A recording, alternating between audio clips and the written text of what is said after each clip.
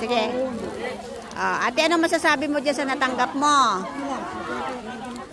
Huwag kang umiiyak. O, sige na. Sabihin mo yung gusto mong sabihin.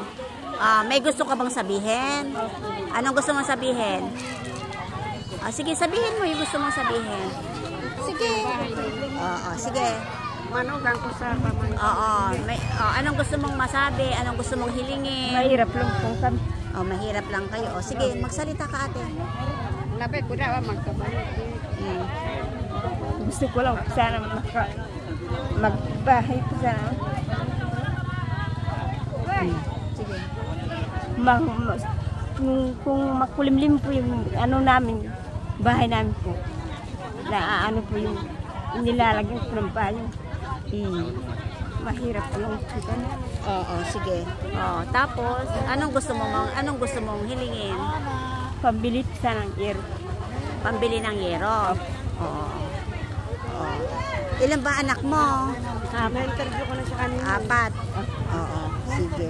Ayan, ang gusto niya ay pambili ng yero dahil pagka daw umuulan, nababasa sila. Anong pangalan mo, ate? Micaela po. Micaela? Tiglaw po. Tiglaw. Siya si Micaela. Kung kumakain kami po ng kanin, nababasa. Nababasa pag umuulan. Sige, si Micaela Tiglaw. Saan ka ba makikita, Micaela? Diyan lang sa tabi po, ma'am. Dito po kayo. Diyan lang. Saan kayo gawi?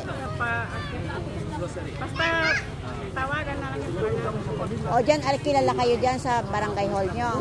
Sige, si Micaela Tiglaw. At saka ito, ate, ano ng pangalan mo? Anita Baklay. Anita Baklay ka naman. Ang hiling mo naman? Kalabaw ko sana. Pagod na yung katawan sa kaasaro, babas lang. Kahit bisitahin nyo sa pagpunta nyo yung tumana namin para maniwala. Okay.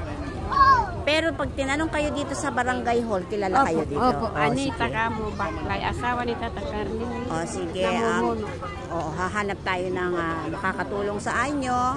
Ayan. Pagod na po katawan sa katatanim ng gulay, palay. Ang upa, ma'am, ng kalabaw, 1,000, libre pagkain pa. Pag mag-uupa ka. Ilang pamilya kayo na kailangan ng kalabaw? 5 po. Di kung magkakaroon ng kalabaw, 5 kayo maghiram-hiraman. Saka pambili ko ng araro. Yan. Okay, sige. Pwede po sanang makahingi po, nagpambili po ng gamot. Sa Sige.